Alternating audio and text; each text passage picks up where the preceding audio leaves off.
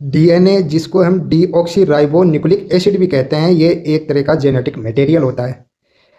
Nucleic acid जो होता है वो न्यूक्लियोटाइड के पॉलीमर से बनता है। न्यूक्लियोटाइड के बीच में आपस में फास्फोडाइएस्टर बॉन्ड से न्यूक्लिक एसिड बनेगा। दो टाइप के न्यूक्लिक एसिड होते हैं, फर्स्ट डीएनए और दूसरा आरएनए, जो सभी लिविंग ऑर्गेनिज्म में यही मिलता है। ठीक, डीएनए एंड आरएनए।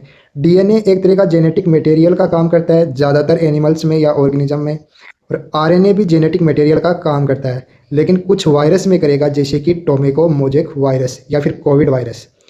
आरएनए अगर मैसेंजर का काम करता है तो इसको मैसेंजर आरएनए बोलते हैं, एमआरएनए।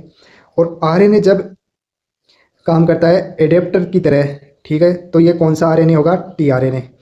कुछ आरएनए कैटेलिस्ट मॉलिक्यूल्स की तरह काम करते हैं, जैसे कि राइबोजाइम, जिसको 23S आरएनए भी बोलते हैं।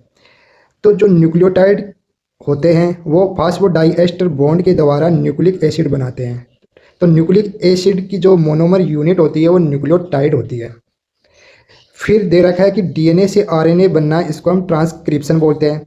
और प्रोटीन के अंदर जो एमिनो एसिड होता है उसकी सीक्वेंस जो होती है वो जेनेटिक कोड पे डिपेंड करती है। Very very important.